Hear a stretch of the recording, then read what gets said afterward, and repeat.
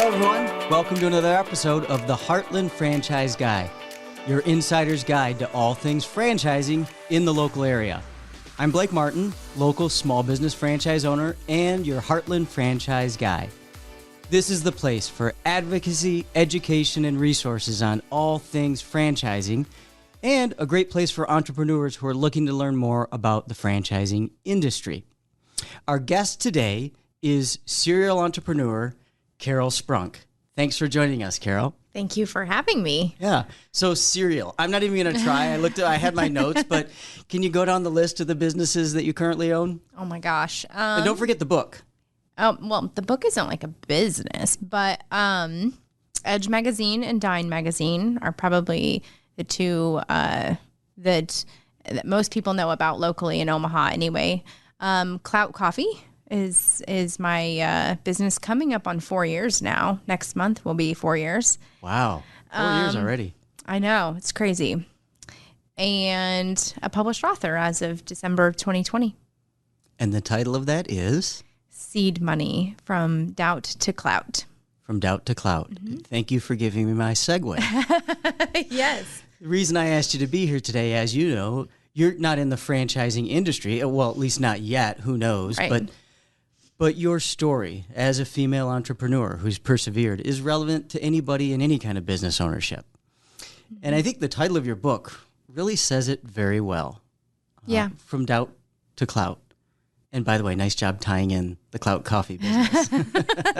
Well, and even on the cover in the tree is little coffee beans. So yeah, I tied it in more ways than one. Good thinking. You had a good marketing team there. Nice. Exactly. So you've experienced quite a lot of success in recent years with businesses, but going back to the title of that book, you came from pretty humble beginnings and you've had some struggles. Yeah. I overcame a lot of adversity, and success is a weird word because I think it changes every day, the meaning of it. Like some days success is getting through your emails and other days success is starting a company. So it's, I don't know, that's just a different word to me. But yes, it's the book. I wanted it to be a business book. I wanted it to be a book about success. And then I really struggled a lot with imposter syndrome, and I didn't feel like I could write that book just yet. So I wrote a memoir, and I thought the best start to my publishing journey maybe would be to share with people where I came from and what I overcame and went through and how I got to where I'm at. Let's talk a little bit about that. Yeah. How did it all, the first business, how did it all start? The first business, well, I don't know what we would call the first business. I mean, I did some daycare as a kid, and I,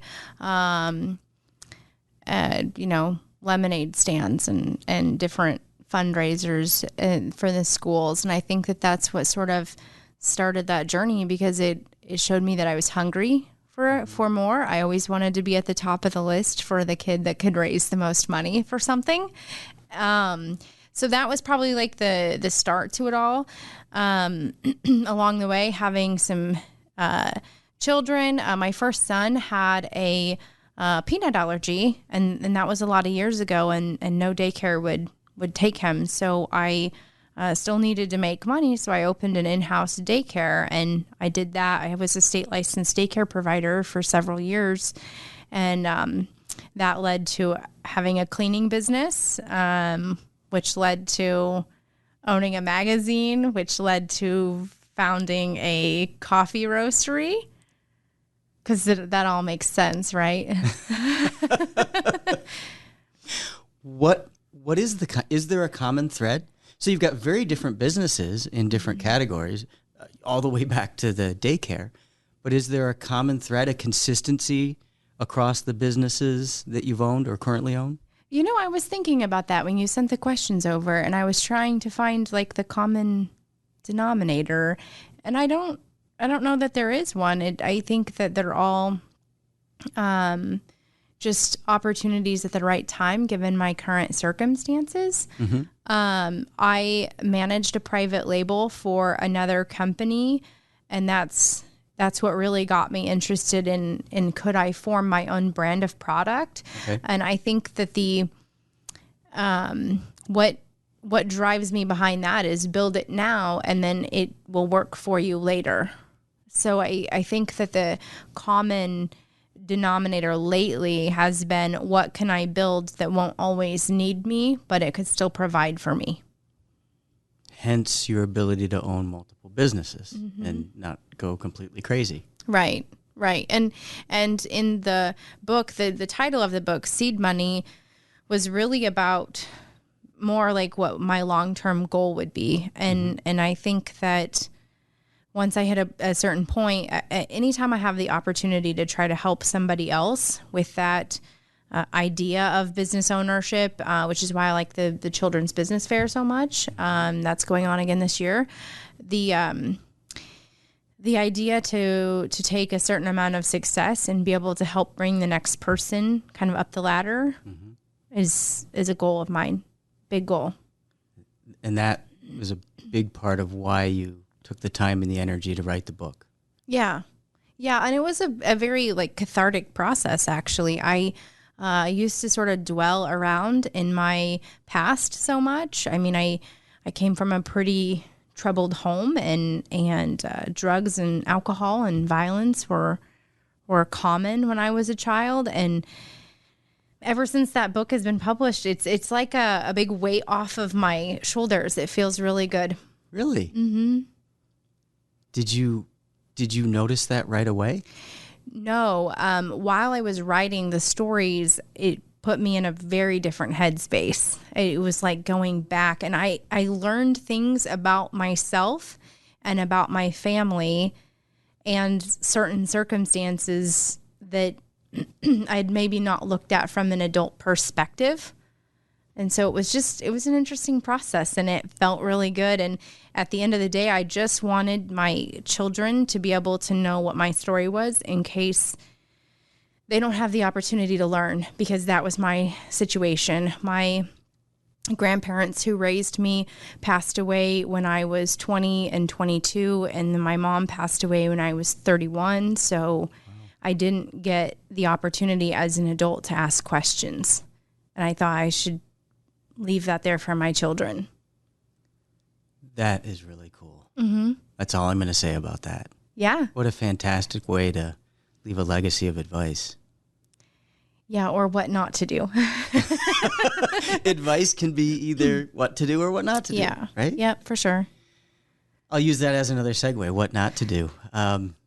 Advice you would give to female aspiring entrepreneurs that are doubting themselves. Like, first of all, I would just say, like, stop that. That's not. I could have said that, Carol. Come on. Yeah, exactly. I think that if it's something that keeps you up at night and it's something that you can't stop thinking about, then you absolutely shouldn't. And you should just go and put yourself around people who will encourage you to do that, because there's so many people that will tell you you can't do it. And so many people think that they're protecting you and telling you to, that's too big of a dream to have or whatever. And that's their own perspective. So. Who told you that you can't do it? Oh, well, gosh, a lot of people.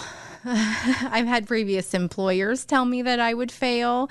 All kinds of stuff. It's really like adding some fuel to the fire, though. Like, I don't know. I like being told I can't do something and turn around and do it 2 times. Yeah. Yeah. That's your motivator? Uh-huh. Yeah. What else motivates you?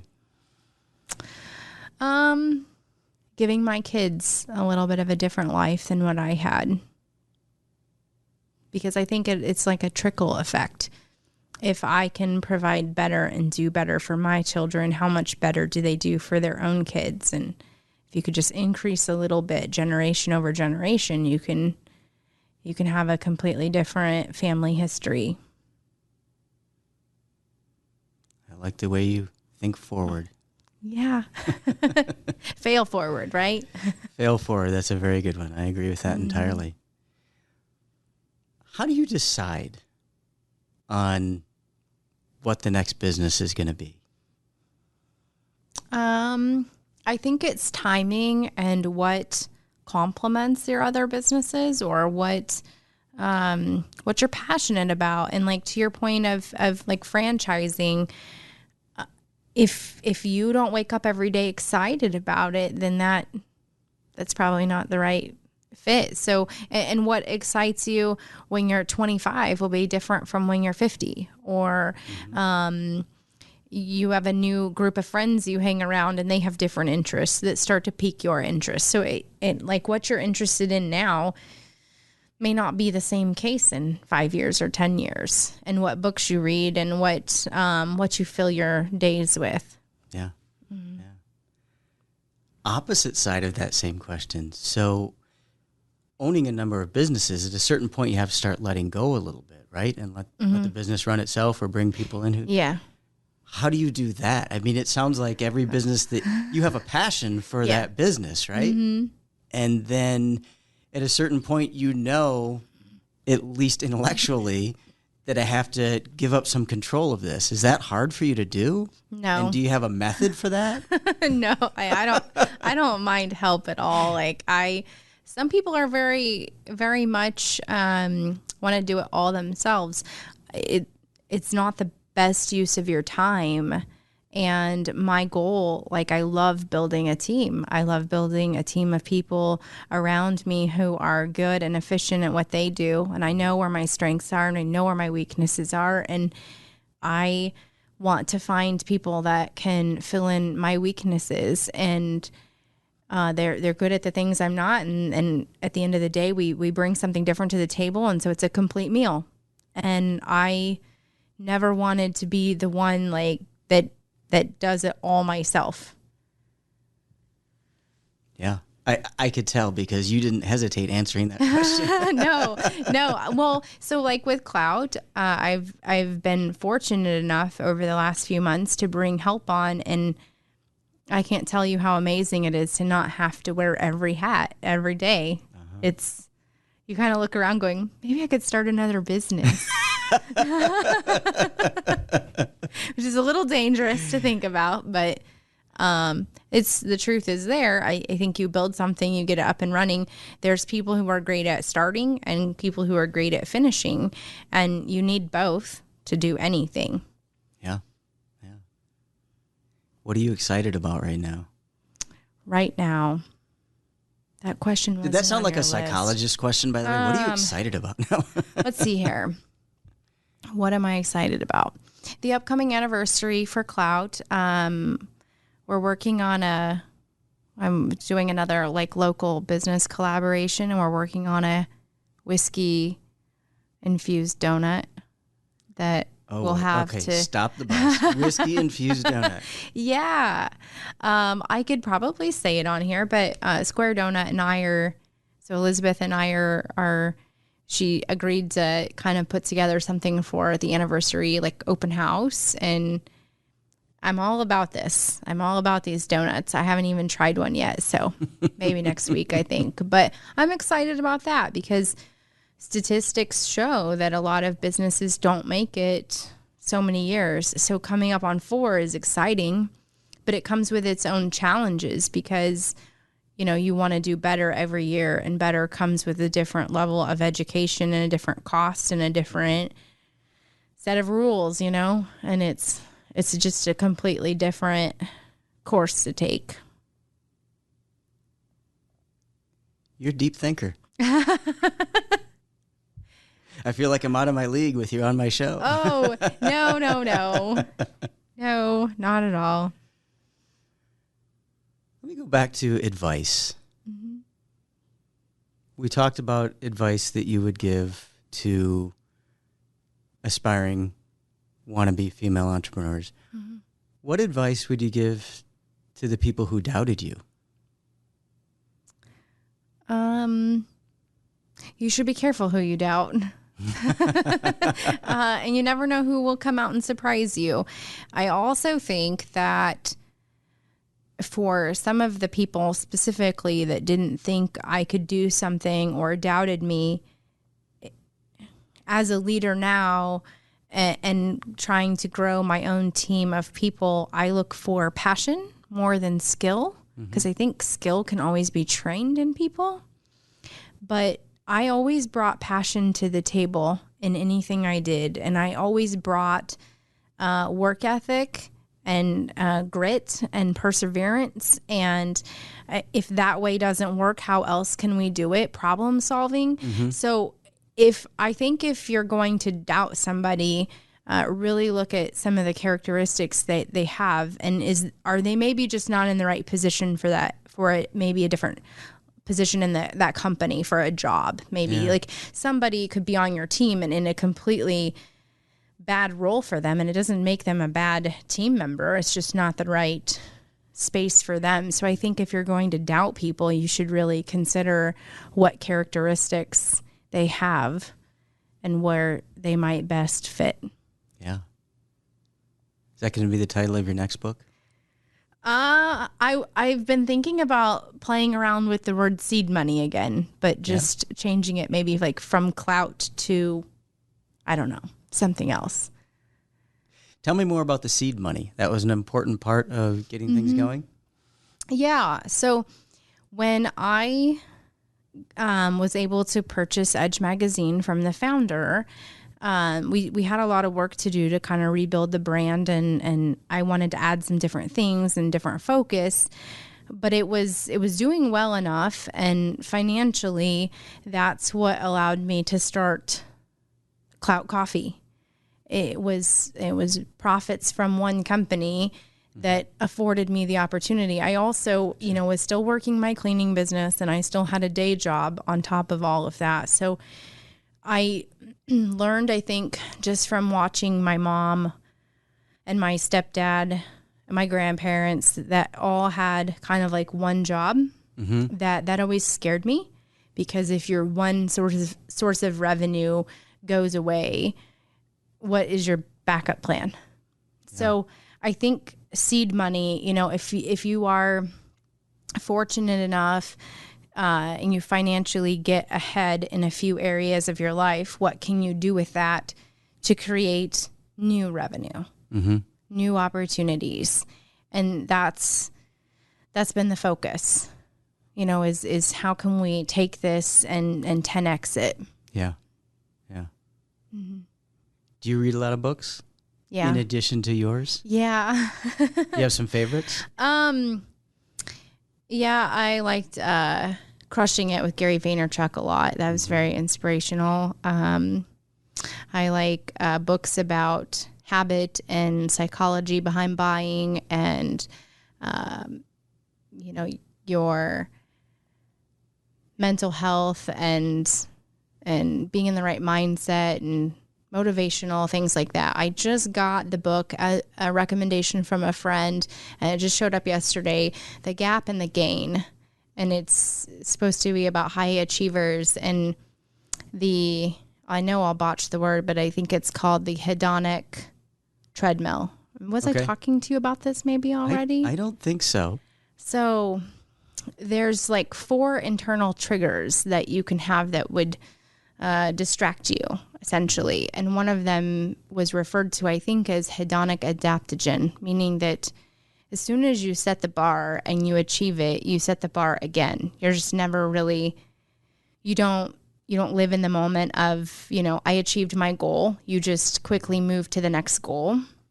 And that was kind of the conversation with this friend, was my 20-year high school reunion is coming up. And I said, I don't know if I did everything that I thought I was going to do or that I should have done. And they instantly said, well, did you have a specific goal you wanted to meet? And I was like, no, I was working at Pizza Hut when high school got out. I think my only goal at that time was what was I going to do that weekend? Right. And this friend recommended this book because they said it's common for people who are entrepreneurs or high achievers to never celebrate their wins, because then they just set a new goal and they're never winning. Yeah. And so I'm excited to read that book. Yeah. Interesting. Just got it though. So yeah, no, that's a new one to me. I'm going to listen to the recording of this. Yeah. You can borrow the book. Well, thank you very much. Yeah. Appreciate that. What else should we know about Carol? I don't know. We just did a story on you in Edge Magazine. We could talk about that. That sounds way too self-serving, but thank you.